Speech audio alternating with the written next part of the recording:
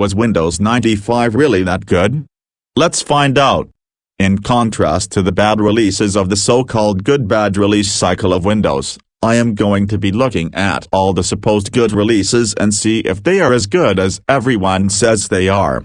We will start off with Windows 95, and gradually progress up to Windows 10, as there is yet to be another good release of Windows after it, so that's as far as we can go. But take your mind back to August 24, 1995, the day Windows 95 debuts for sale worldwide for consumers, being the first truly consumer-orientated OS. At the time, there were mostly business versions of Windows, so up until 95, there was no real home or consumer edition as such, but 95 changed that, and it also notably introduced the all-notorious Start menu, File Explorer, and Taskbar. And the interface overall was way more user-friendly than Windows 3.1's interface, so this was a massive step forward for Microsoft Windows at the time, making 95 one of the most revolutionary versions to date, and it was overall loved and adored by the many millions of people who used Windows back in the day,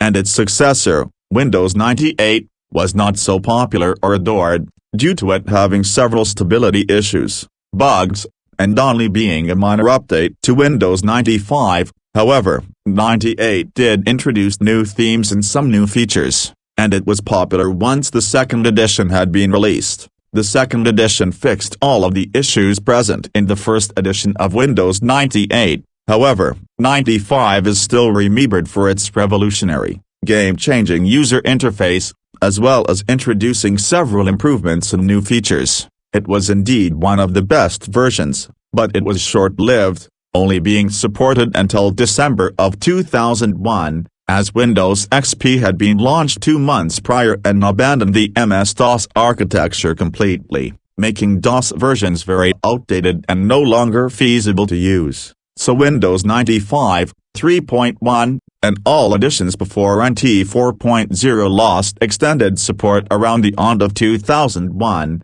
as they were considered obsolete. However, many still love Windows 95 and like to emulate it in virtual machines, using programs such as VirtualBox or VMware. But what we are focusing on is if Windows 95 was as good as people thought.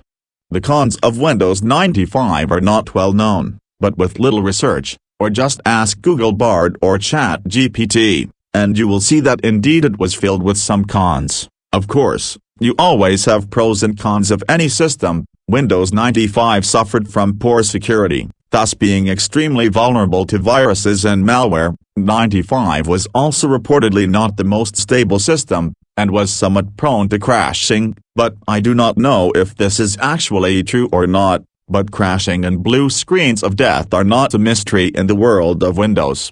Windows 95, being based on the 9X kernel, meant that it would be less stable than its NT counterpart. Released about a year later, Windows NT 4.0 was specifically for businesses however, but it was one of the most successful versions in the business versions of Windows, way more successful than its predecessor, Windows NT 3.1, and was trying to go in a different direction. So instead of using the outdated MS-DOS architecture, which was getting a bit old by the time Windows NT 4.0 came out, NT ditched that in favor of the much more stable and far superior Windows NT kernel. But because NT 4.0 was not a consumer edition, 95 was only ever popular amongst home users, up until its successor came out.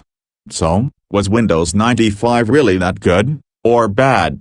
It was certainly good, but the bad aspects somewhat show that if Microsoft had ditched the 9X kernel much earlier on, things could have been better, but overall, 95 enjoyed a massive success, and it will forever be remembered by many users, both who used it back in the day, and the ones who emulate it today.